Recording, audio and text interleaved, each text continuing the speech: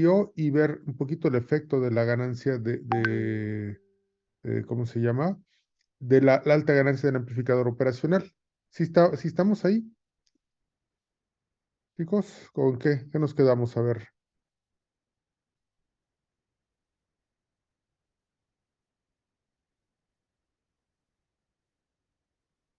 ¿sí? A ver, Miriam, ¿en qué nos quedamos? Sí, en eso de la práctica, según yo, fue lo último, profe. Ok, ok, chicos.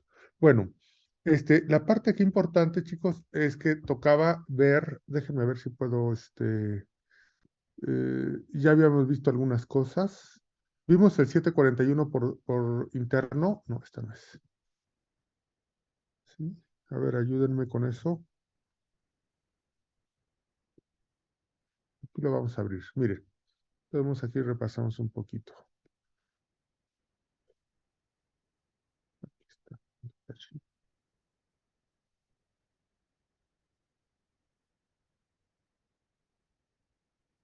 Bueno, eh, eh, regresamos un poquito. Nos interesa mucho conocer ciertas características ya del amplificador. Por eso es importante ya no verlo de manera tan ideal.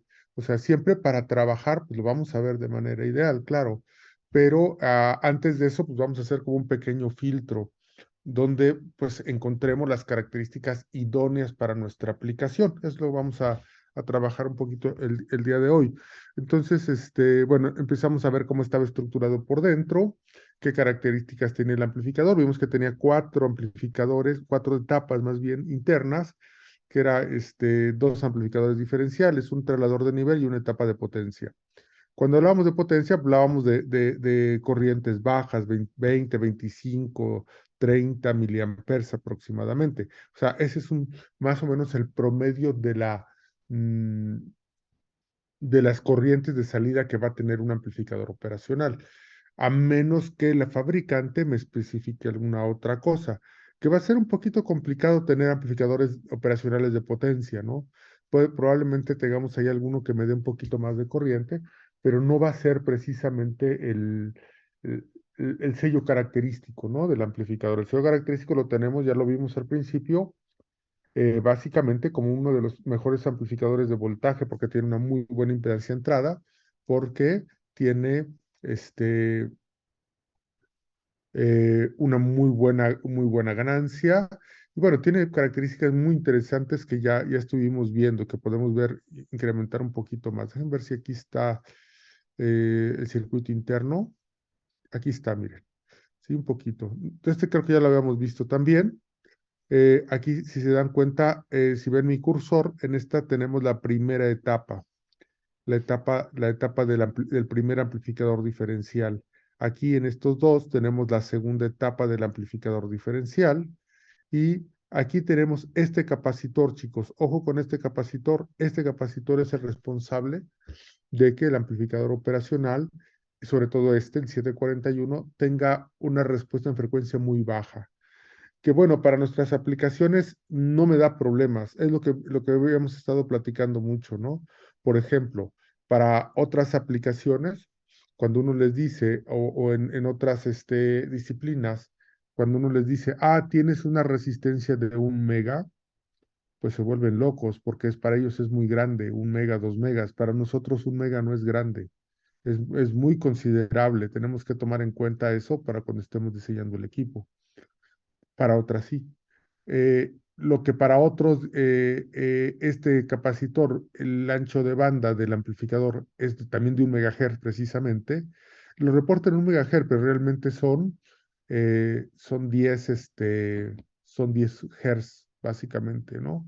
Pero tiene una impedancia de entrada muy alta. Ahorita lo vamos a ver si quieren. Es la otra parte que tenemos que manejar, también conocer. Pero entonces lo reportan en 1 megahertz. Entonces, para nosotros 1 megahertz es bastante buena porque la mayoría de nuestras señales de biopotenciales andan abajo de esa frecuencia, ¿no? La electrocardiografía anda por ejemplo, encefalografía, las más importantes andan entre 0 y 50 Hz más o menos, ¿no? Claro, hay señales de 150, 200, pero las más importantes andan ahí. En un electrocardiograma también andan bajas las frecuencias.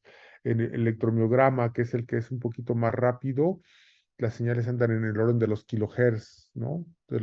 Entonces, pues un mega es bastante bueno para nosotros, aunque para otras disciplinas no. Pero bueno, eso se ve ya más en el curso de electrónica, ¿no? Entonces, este capacitor es el que nos da esto. La otra parte, ¿qué nos da aquí? Nos van a dar aquí, bueno, aquí está el traslador de nivel, no lo alcanzamos a ver muy claro, pero es esta parte. Y por último, la etapa de potencia. Esta es la etapa de potencia. Si se dan cuenta, en la etapa de potencia tenemos dos transistores y dos resistencias. Siempre se va a caer aquí un pequeño voltaje, ¿no? Por lo menos, suponiendo que ese transistor esté funcionando porque es el de cortocircuito, aquí se va a caer 0,7 por lo menos, y aquí se va a caer otro voltaje más, o aquí se va a caer 0,7. Entonces, por lo menos, cuando esto funcione, cuando esto esté al tope, para que esto funcione, aquí va a haber una caída de voltaje y aquí va a haber otra caída de voltaje.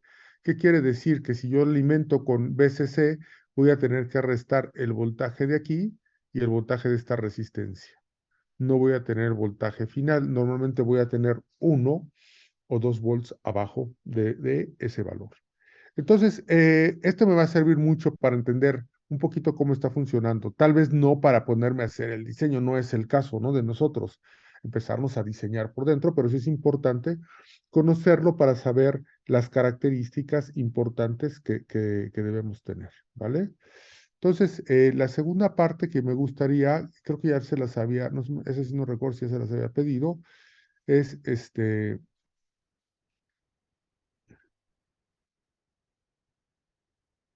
esta tabla es importante, déjenme ver. Sí es esta. Exacto, es esta. Sí, estas tablitas son importantes. Ya son menos, ya están reportando menos, sobre todo aquí. Están reportando menos. Miren, quiero que saquen estos valores, chicos. Si quieren, tradúzcanlos ahorita de esta tabla y vamos a ver qué es algunos de ellos, no todos, ¿no? Pero vamos a ver, o si quieren, vemos también todos, no hay problema, ¿no? ¿Sí? Eh, cua- eh,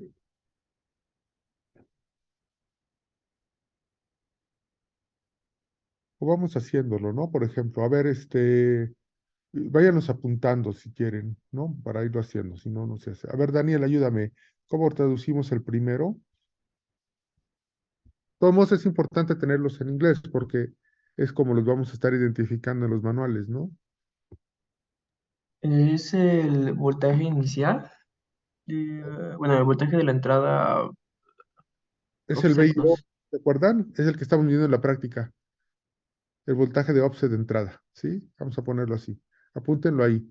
El voltaje de offset de entrada. Fíjense que para es el que ¿se acuerdan que en la práctica lo que hacíamos es poníamos las dos terminales en la referencia y nosotros pensábamos que íbamos a tener cero a la salida y no tenemos cero. Vamos a tener prácticamente un valor muy grande. Incluso hicimos el cálculo. Fíjense que aquí es de 2, el típico es de 2 milivolts y el máximo es de 6 milivolts.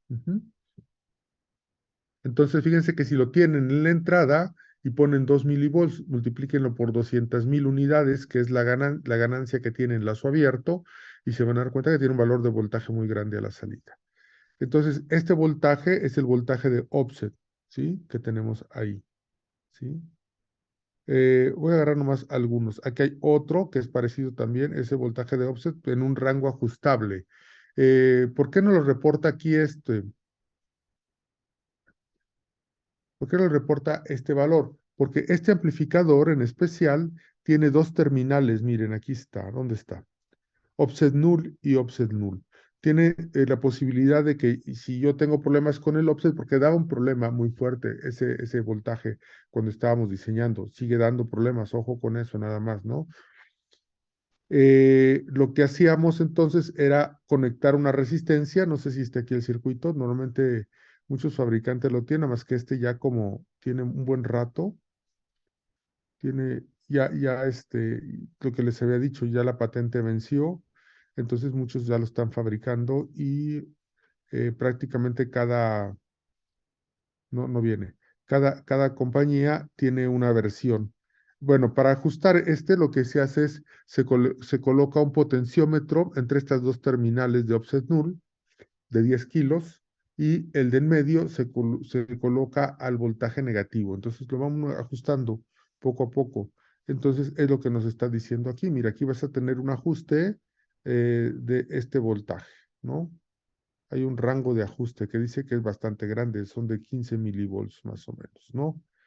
Eh, la corriente de offset, esta es la corriente que nosotros debemos de tener cuidado, ¿no? A ver, y también la estamos midiendo. Fíjense, los valores están entre 20 y 200 nanoamperes, ¿sí? Y me da la temperatura, ¿no? Me da ciertos rangos de temperatura para esta red. Puede subir hasta 500, básicamente, ¿no? Cuando tenga cambios de temperatura ahí o la carga, básicamente, ¿sí? Otra vez. Ok, esta es la corriente de entrada. La resistencia de entrada, chicos, vayan apuntando todo esto, ¿no? Porque ahorita lo vamos a ir ocupando para trabajar. Lo que platicábamos con la impedancia de entrada era que, pues era de 2 megas. Pues para nosotros no es muy alta, pero para otras aplicaciones puede ser bastante interesante, ¿no? Por eso se empezó a usar muchísimo, ¿sí? Cuando normalmente las impedancias de entrada andaban en el orden de los 10 kilos, ¿sí? Imagínense, tenían amplificadores en esa época cuando salió este dispositivo, pues de ya por muy alta 100 kilos, 10 kilos, entonces de repente le digo, mira, tengo un amplificador que tiene 2 megas, uy, pues era lo más importante que había, ¿no? Pero bueno. Aquí tenemos reportan una señal de voltaje para señal grande, ¿sí? Acuérdense que todos los dispositivos semiconductores, cuando lo han de haber visto por ahí en electrónica, trabajan en dos, como si fueran, se reportan para dos características, una es señal pequeña y una es señal grande. Por ejemplo, el diodo normalmente ustedes lo utilizan en señal grande, nunca lo utilizan en señal pequeña. Bueno, aquí me da la ganancia, ¿no? Que tenemos aquí, que son 200 volts para señal. Volts sobre milivolts, lo que tenemos ahí, ¿no? El voltaje máximo, el voltaje de barrido, este es el voltaje máximo que vamos a tener a la salida del amplificador. No vamos a poder tener más. Dice que si yo lo alimento con más o menos 15 volts, voy a tener 14 si le pongo una carga de 10 kilos y 13 si le pongo una carga de 2 kilohertz. ¿Por qué creen que cambie ese valor? A ver, ¿quién me ayuda? ¿Quién me ayuda con esto? A ver, ¿sí? ¿Tú me ayudas? ¿O cómo? ¿O me quieres preguntar algo? Mira. El que dice Output Voltage Swinging, ¿sí? Este es el voltaje máximo que vamos a tener a la salida, ¿sí? Fíjate que aquí nos reporta, dice que si yo lo alimento con 15 volts, el amplificador, tengo más, menos 15. Si yo tengo eso, entonces voy a tener máximo más menos 14 o más menos 13, típico. O voy a tener más menos 12, más menos 10, creo que debe ser el mínimo, ¿no? Sí, sí, ahí está, mínimo. Y me da para dos cargas. O sea, este 14 es para 10 kilos. Si yo pongo a la salida de mi amplificador una resistencia de 10 kilos que esté jalando eso, me va a dar este voltaje de salida. Pero si yo pongo una resistencia de 2 kilos, me va a bajar. Me va a dar a 13. ¿Sí? ¿Sí, sí queda claro eso hasta ahí? Ok. Entonces, la pregunta aquí va a ser ahora es, ¿por qué cambia? ¿Por qué cambia con esta carga? ¿Sí? ¿Por qué cambia con esa carga? Eso es lo que queremos saber. Entonces, eh, a ver, Miguel, ¿por qué crees que cambie?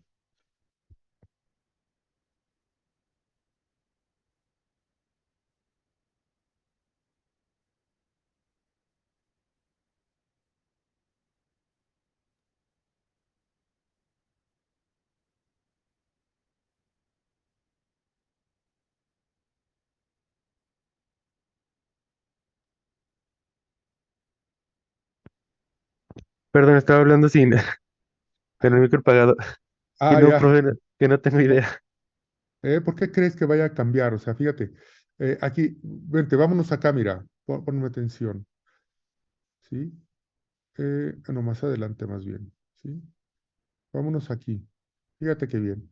Dice, aquí voy a tener a la salida de aquí, voy a tener, si yo alimento con 15 y menos 15, si yo pongo aquí una resistencia de 10 kilos, voy a tener 14 máximo a la salida.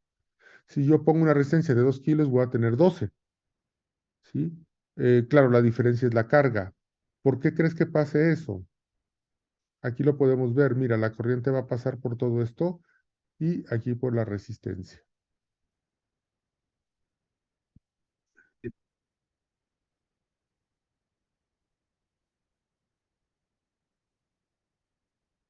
Una resistencia de 2 kilos, ¿qué corriente te va a pedir comparada con la de 10? Perdón, una de 2, sí. La de 2, ¿qué corriente te demanda con respecto a la de 10 kilos?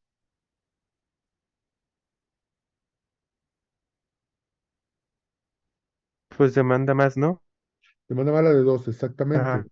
Entonces, y por ley de Ohm, si tú multiplicas una corriente mayor por una resistencia fija, ¿qué voltaje te va a dar en la resistencia? Acá es igual el Sí, voltaje. sí, ¿cómo, profe? Divido O sea, la ley de Ohm. tú tienes, en ley de Ohm, vamos a calcular el voltaje en una resistencia. Si hay Ok. menos corriente, la resistencia está fija, ¿no?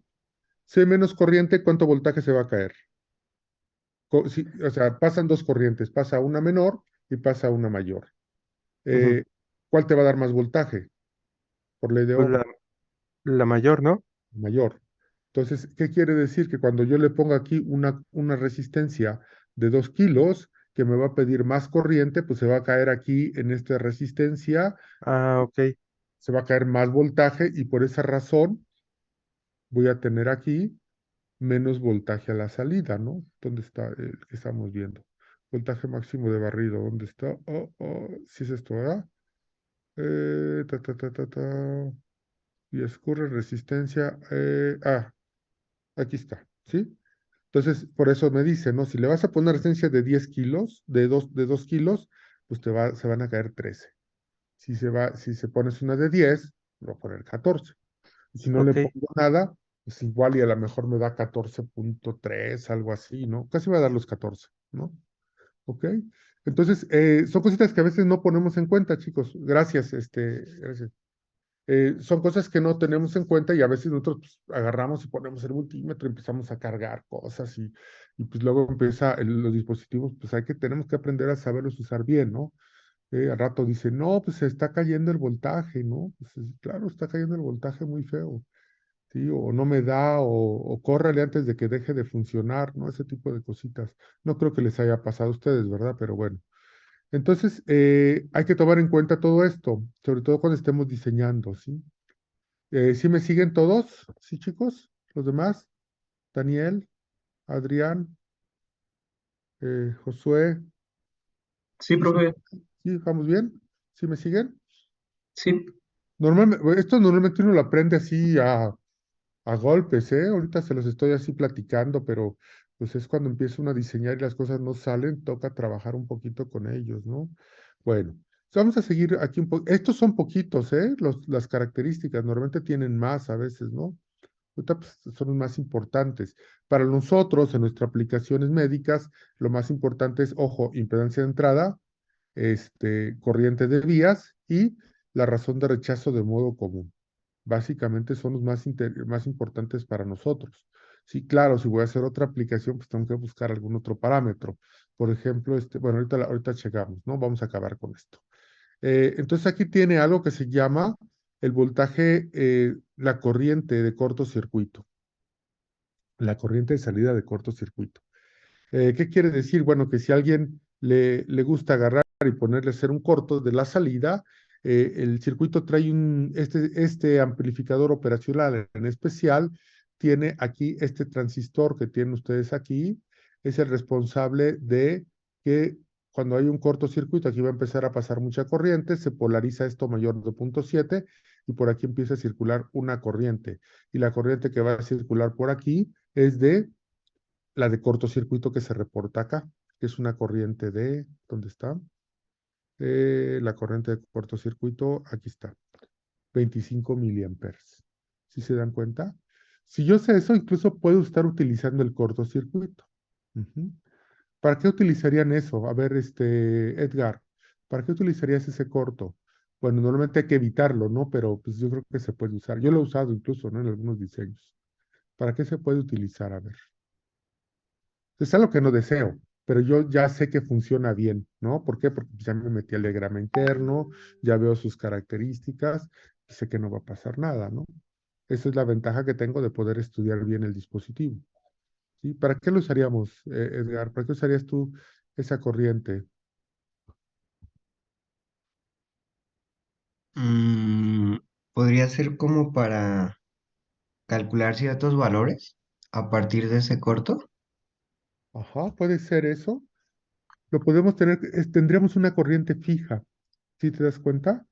O sea, si yo hago ese corto, yo tengo una corriente fija. ¿De qué? De 25. Puede ser una corriente de referencia. Para eso lo usé, de hecho. ¿Sí? O sea, en lugar de tener una fuente, tengo una fuente ahí de 25 miliamperes, siempre, fija. Y ya me la da el fabricante. Entonces hago mi corto, yo tengo 25 miliamperes. ¿Sí? Entonces, podemos usar algunas cosas que aparentemente serían complicadas para nosotros o serían no deseables, por ejemplo, como este cortocircuito. Normalmente no queremos nosotros hacer un corto, pero lo podemos incluso utilizar. Yo sé que no le va a pasar nada al amplificador, ¿no? Porque está hecho para eso, ¿sí? Tengo la razón de rechazo de modo común, la que te hemos platicado, que es un valor importante para nosotros. Es la relación que tengo señal-ruido. ¿Se acuerdan cuando hicimos el ejemplito de medir la señal del corazón? Era 1 milivolt, 2 milivolts de ruido. Pues ahí ya podemos ver de qué se trataba un poquito más esta señal, ¿no? Que es una señal, este, es una relación que me permite saber pues, qué tanto me va a rechazar el ruido. Este pues, tiene los valores más bajitos, ¿no? Este es de 90 decibeles, ¿sí? Más o menos lo que tenemos. La otra, esta ya la habíamos explicado, ¿no? La otra es la razón de rechazo de la fuente de poder, la SBRR, ¿sí? ¿Esta qué nos va a dar, no? Básicamente, nosotros a veces en algunas aplicaciones, chicos, vamos a tener que estar utilizando mucho batería, sobre todo en las últimas. En nuestras últimas aplicaciones, nosotros vamos a estar utilizando baterías, ¿sí? Muchas baterías ya. ¿Qué quiere decir? Que necesito saber cómo se va a mover la salida cuando la batería se vaya desgastando, de tal manera de que no me afecte a mi funcionamiento. Es este parámetro, así como teníamos la relación de rechazo de modo común, que era ganancia de voltaje contra ganancia diferencial contra ganancia común. En el caso de la relación de la fuente es cuánto cambia el voltaje de alimentación con relación a la salida. Y esta es la relación que me da. Si yo voy a utilizar mucho las baterías, pues realmente yo no recomiendo, este valor es muy pequeño. Tendré que buscar unos 100, 200 por ahí más o menos, o hasta más, para que me permita que a medida que vaya bajando la batería, este, mi, ¿cómo se dice? A medida que baje la batería, pues la señal no se vaya a deformar o no me vaya a dar algún problema. ¿Sí? Bueno, tengo el transiente, la respuesta de transiente que tenemos aquí. Ujú. Nos la da en 0.5 volts sobre microsegundo. ¿Qué tan Ah, no, este es el transiente, ¿cuánto nos da? Está en 3 microsegundos y nos da, eh, a ver, vamos a ver, ¿dónde está? La respuesta transiente. El rizo, el tiempo que tengo en el rizo es 0.3 microsegundos. ¿Se acuerdan cuando ustedes vieron sistemas de control donde veían la respuesta de segundo orden? ¿Sí? ¿Sí lo vieron ya en control, chicos? Que veían ahí un sobreimpulso y cómo bajaba. Nos están dando aquí la respuesta que tiene el dispositivo. Se comporta como un sistema de primer orden y me da dos parámetros importantes, ¿no? El sobrepico y el tiempo de rizo. Son 3 microsegundos y un 5% el overshoot, ¿no? Eso es, compárenlo con el sistema de segundo orden. Por eso seguramente lo vieron en circuitos, en control y en ecuaciones diferenciales, cuando veían la respuesta de un sistema de segundo orden. Entonces, aquí viene esa respuesta también importante. O sea, acuérdense, por muy rápido que sean mis dispositivos, pues no responden instantáneamente, ¿no? Entonces, debo tomar en cuenta esos tiempos, ese transiente, esa respuesta transiente, a cuánto tiempo me va a responder. Y esto tiene mucho que ver con el siguiente parámetro, que es el que más usamos nosotros. Usamos el loop rate. ¿Qué tan rápido va a responder mi dispositivo? Este dice que va a responder 0.5 volts sobre microsegundo. ¿Sí? O sea, ¿qué significa? Es una pequeña pendiente. Si no lo tomo en cuenta, me va a deformar mis señales. Ojo con eso. Si las señales son muy rápidas, o sea, crecen muy rápido y hay cambios muy rápidos, me lo va a deformar. De tal manera que una senoidal me la puede llegar a presentar a la salida como una señal triangular. ¿Sí? Si no tomo en cuenta el slope rate que tengo, ¿no? La corriente, esta es la corriente que vamos a estar alimentando, ¿no? ¿Con cuánta corriente? ¿Sí? ¿Cuánta corriente es el consumo del dispositivo? El dispositivo, pues, es 1.5 a 2.3 miliamperes. Este tiene un valor muy grande. ¿Para qué me sirve? Una vez, no sé si les dije en algún curso de electrónica, a mis estudiantes les pedí que ya no utilizaran las fuentes, que utilizaran las baterías esas de 9 volts, las cuadraditas. Entonces, como nunca hacían estos cálculos, pues ponían un montón de 741 y todo, entonces ponían la pila y en media hora, pum, se iba. Cuando mucho les duraba dos sesiones la batería de 9 volts, ¿no? Porque pues, se le van a acabar por esta corriente. Como siempre ponemos nosotros una fuente, estamos pensando que tenemos una fuente ilimitada de ¿cómo se llama? De energía y que nunca se va a acabar. Pero si nosotros vamos a alimentar los dispositivos con, ¿cómo se llama? Con baterías, pues la batería se nos va a acabar. Entonces, y entre más dure, pues mejor. Esas son las, ¿cómo se llama? Esas son uno de los parámetros ahorita que se están utilizando mucho para el diseño de los dispositivos, ¿no? ¿Cuánto tiempo va a durar la batería? Entre más tiempo, pues mucho mejor, ¿no?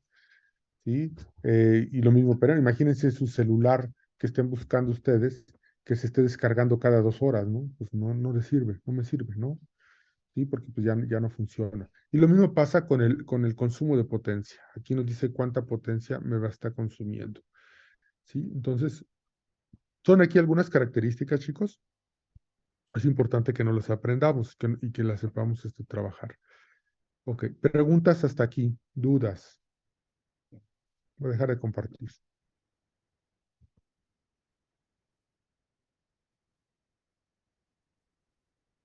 ¿Dudas hasta aquí, chicos?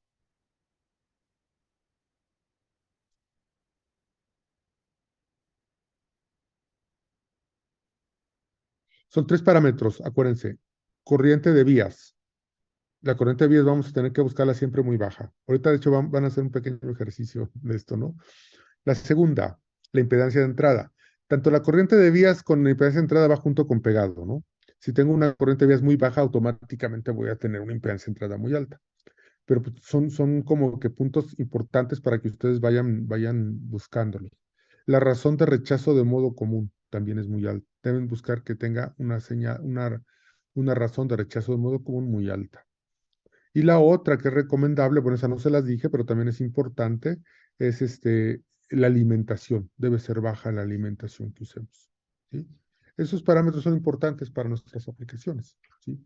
O sea, ya hay muchos, y si agarran ahorita otro, de hecho ahorita van a ver, si agarran otro amplificador, van a tener bastantes opciones, ¿no? Y van a tener muchísimas más también, ¿cómo se dice? Características que hay que irlas estudiando, algunas de ellas. Claro, para nosotros estas son importantes, ¿no? Si ahorita tenemos que diseñar, tenemos que buscar amplificadores que cuenten con eso precisamente, con esas características. ¿Sí queda claro? ¿Sí? ¿Para todos? Ok. Bueno, vamos a hacer ahorita una pequeña actividad, chicos. Se los voy a pedir. Van a entrar a las páginas de los componentes. Van a entrar a la página de Texas y van a entrar a la página de Analog Device. ¿Sí? Y quiero que seleccionen 5 amplificadores y me van a decir por qué para aplicación médica. Usualmente, chicos, el fabricante tiene, ya lo habíamos visto por ahí en algunas de las hojas, ¿se acuerdan? Cuando vimos el LMC, por ejemplo, este, el fabricante en aplicaciones nos dice, te lo sugiero para aplicación médica, ¿sí? Y bueno, yo sé por qué. Vamos a observar mucho estos tres parámetros. Entonces, ahorita les voy a dar que serán unos 10 minutitos, si quieren. Van a buscarlos, apúntenlos ahí en su libreta, saquen los PDF. Van a buscar 5 y 5 para aplicaciones médicas, tomando en cuenta que los parámetros que acabamos de comentar ahorita que me preguntó su compañera, ¿no? Los que les acabo de decir, es que tenga la corriente alta, perdón, la corriente de, ¿cómo se llama? De vías baja, muy baja, que tenga la impedancia entrada alta, que tenga una buena razón de rechazo de modo común y que tenga voltajes pequeños. Incluso cuando ustedes vayan a entrar ahí y vayan a seleccionar en alguna de las dos, no recuerdo en cuál, no sé si en Analog Devices, les dice amplificadores de baja corriente, ¿no? Pues ya me voy directamente a esos, ¿no? O de impedancia entrada alta, me voy directamente a ellos. De ahí seleccionenme 5 de cada uno, 5 de Texas y 5 de Analog Device. Y dice, mira, yo creo que estos son muy buenos por esta razón y es lo que quiero que me vayan justificando, ¿no? Que vayan buscando, empatando estas características que acabamos de decir con la selección del dispositivo que vamos a utilizar, que podríamos utilizar para una aplicación médica, ya sea para hacer un medidor de un electromiograma, un encefalograma, es solamente la pura selección, es lo que quiero que trabajen ahorita. ¿Sí queda claro, chicos?